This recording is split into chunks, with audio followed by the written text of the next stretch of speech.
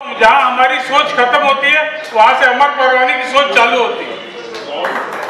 ये किसी भी तथ्य को उसके परिणाम तक ले जाना, जब तक उसका परिणाम नहीं आएगा सकारात्मक, तब तक उस चीज को छोड़ते नहीं है।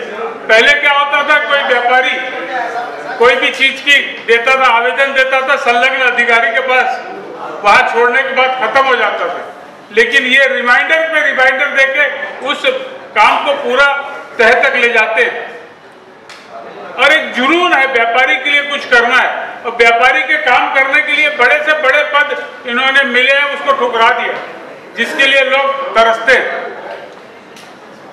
तो मैं फिर से आप सबको आह्वान करूंगा, चुनाव का समय आ गया है, कुछ दुर्भावनाएं व्हाट्सएप और पेपर के माध्यम से चल रही है, उस दुर्भावनाओं में न पड़े और निश्चित रूप से व्यापारी का भला करने वाला नेतृत्व अमर परवानी को फिर से अपन चेंबर में चुने और सब इतनी मेहनत करें कि ऐतिहासिक विजय होनी चाहिए।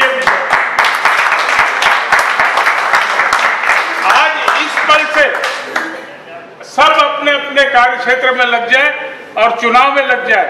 बिल्कुल अपने को एक ऐसी विजय चाहिए कि जो भविष्य में यह विजय कभी नहीं होगी। अमर भैया संघर्ष